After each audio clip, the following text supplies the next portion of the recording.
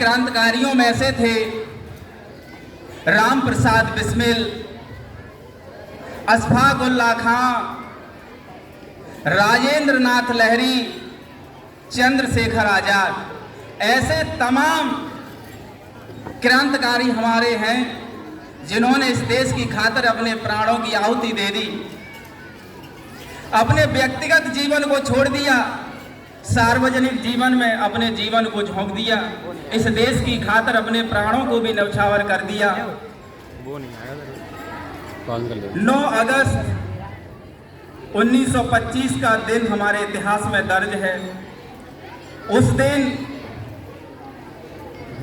उस दिन दिन ढल रहा था, सूर्यास्त हो रहा था और अंधेरा आ रहा था। सब कुछ सामान्य दिनों की तरह था और सभी दिनों की तरह यात्री चहल पहल करते हुए कुछ ट्रेन से उतर रहे थे, कुछ चढ़ रहे थे। उसी समय थोड़ी देर बाद जब काकोरी से आगे बढ़ के ट्रेन अचानक रुक गई।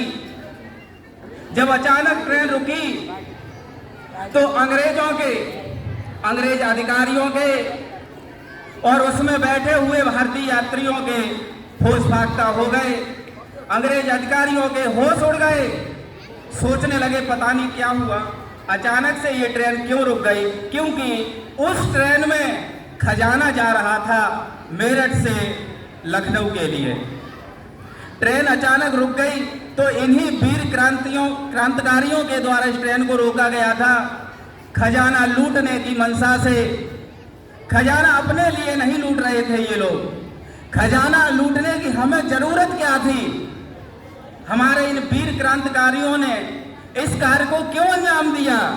क्योंकि हम अंग्रेजों के गुलाम थे, उनसे लड़ने के लिए हमें संसाधनों की जरूरत थी और संसाधनों पर, हमारे देश के सभी संसाधनों पर कब्जा किसका था? अंग्रेजों का था। उनसे लड़ने के लिए हमें संसाधनों की जरूरत थी, इसलिए हमारे वीर क्रांतिकारियों ने अपने ही देश के खजाने को लूटा था। उस घटना को हम क्या कहते हैं? काकोरी कांड कहते हैं। इसके बाद इन क्रांतिकारियों को और इस घटना में मात्र 4600 रुपए की लूट हुई थी। 1 रुपए का मुकदमा इनके खिलाफ लिखा गया था। आज भी इस रिपोर्ट की मौजूद है कॉपी, आप चाहो तो देख सकते हो। लेकिन अगर इतने रुपए को आज के संदर्भ में बताया जाए तो मैं 1 करोड़ बोलूं, उसकी कीमत तो इसमें अतिशयोक्ति नहीं होगी। आज के मौजूदा हालात में ये कीमत कम से कम 1 करोड़ हो सकती थी। इन लोगों के लिए फांसी की सजा दे दी गई। इन लोगों को फांसी की सजा हुई। फांसी से 1-2 दिन पहले इनसे अंग्रेज अधिकारियों ने बातचीत की और पूछा कि आप ये बताइए, आप कल फांसी पर लटक जाओगे और आप तो कसरत कर रहे हो। आप सुन रहे हैं ना सभी बच्चे? सुन रहे हो तो मैं बोलूं, वरना फिर विराम दूं अपनी माड़ी। तो क्या हुआ कि अंग्रेज अधिकारी ने पूछा कि आपको कल फांसी होने वाली है और आप कसरत कर रहे हैं, किस लिए कसरत कर रहे हो? तो उन्होंने साफ साफ ये जवाब दिया था कि मैं हिंदू हूं। राजेंद्र नाथ लहरी का ये बयान है, मैं हिंदू हूं, मैं पुनर्जन्म में विश्वास करता हूं, इसलिए अगले जन्म में अपने स्वतंत्र भारत में पैदा हूं तो मैं कमजोर नहीं हूं जो तुम जैसे आतताइयों से लड़ने के लिए मैं कमजोर पड़ जाऊं, इसलिए कसरत कर रहा हूं। उसके बाद अशफाक उल्लाह खान, उनसे भी पूछा गया तो उन्होंने ये कहा कि जब तक हम एक हैं, तुम जैसे चाहे हजारों आ जाएं, हम उनसे लड़ने के लिए काफी हैं। और उन्होंने कहा था कि ये गैर मुमकिन है कि सभी मुसलमान शुद्ध हो जाएं और ये भी उतना ही मुमकिन है कि सारे हिंदू मुसलमान हो जाएं, मगर हाँ, ये जरूर बहुत सरल और संभव है कि हम दोनों लोग एक एक होकर के, समान होकर के, सहयोग के साथ जी सके। ये जरूर हो सकता है हमारे देश में। ये किसने कहा? अशफाक उल्लाह खान ने कहा था। इन क्रांतिकारियों ने हमारे देश के लिए, राम प्रसाद बिस्मिल हिंदू धर्म से थे, अशफाक उल्लाह खान मुस्लिम धर्म से थे, और जब ये गुप्त मिशन पर हुआ करते थे मेरे प्यारे बच्चों, ये एक थाली में भोजन किया करते थे। इनके लिए धर्म और मजहब इन्हें जोड़ने के लिए हुआ करते थे, इन्हें अलग करने के लिए नहीं हुआ करते थे।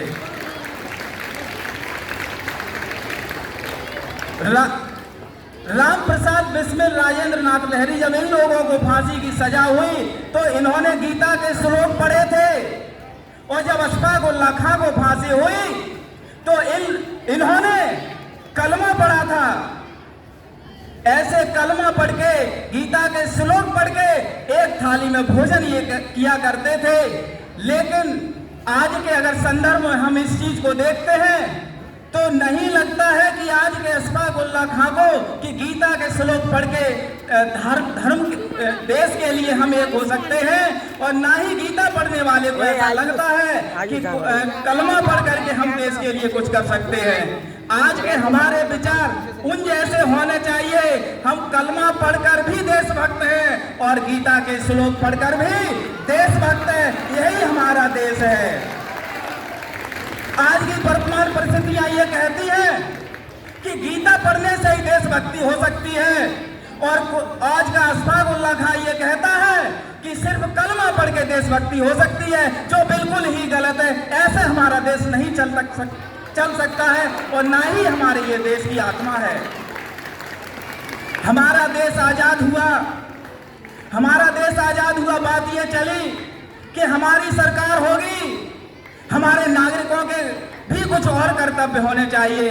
तो गांधी जी ने कहा था हमारे युवाओं के, हमारे नागरिकों के अभी कोई कर्तव्य नहीं होने चाहिए, क्योंकि इन्होंने इतना काम किया है, ये थके हैं। हमें अब हमारी सरकार को इनके लिए काम करना है। इसीलिए मेरे भाइयों, मूल संविधान में मौलिक कर्तव्य नहीं थे, लेकिन आज 77 वर्ष के बाद हमारे संविधान में कर्तव्य जोड़े गए हैं। आज हमारे संविधान में मूल कर्तव्य है। कर्तव्य और अधिकार ये दोनों हमारे देश के पहिए हैं। अगर हमारे देश को आगे बढ़ाना है तो आपके कुछ कर्तव्य भी है और अधिकार भी है। मेरे बच्चों, अगर आप अधिकारों के लिए लड़ोगे तो आपको कर्तव्य भी निभाने पड़ेंगे। अगर आप सोच के देखिए, एक गाड़ी के दो पहिए हैं, एक पहिया बहुत अच्छा है और एक पहिया बिल्कुल बेकार है, तो क्या वो गाड़ी चल सकती है? गाड़ी नहीं चलेगी, क्योंकि आप सिर्फ अधिकार की ओर देख रहे हो, कर्तव्य की ओर नहीं देख रहे हो।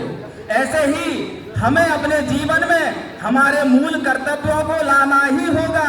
उनमें लिखा गया है, अशफाक उल्लाह खान, वीर भगत सिंह, चंद्रशेखर, महात्मा गांधी जी जैसे लोगों के हमारे जो विचार हैं, इन्होंने जो हमारे देश को प्रेरित करने के लिए, आगे बढ़ाने के लिए जो हमें दिया है, वो हमारे मन में नहीं, हमारे हृदय में होना चाहिए। ये हमारे कर्तव्यों में लिखा गया है। हमें संविधान का पालन करना चाहिए। इसमें लिखे गए एक एक संविधान की संस्था का हमें पालन करना चाहिए और मानना चाहिए। इन्हीं में यह भी लिखा गया है कि हमें समरसता के साथ जीना चाहिए, हमें समान भ्रातृत्व के साथ आगे बढ़ना चाहिए, जो धर्म से परे हो, धर्म के भेदभाव से परे होना चाहिए। इस समरसता और भाईचारे से हमें जीना चाहिए। आज हम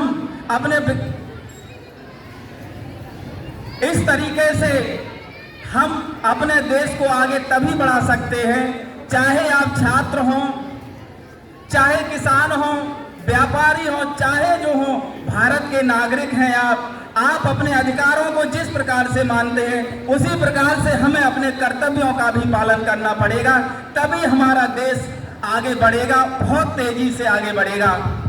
इन्हीं शब्दों के साथ मैं अपनी वाणी को विराम देता हूं।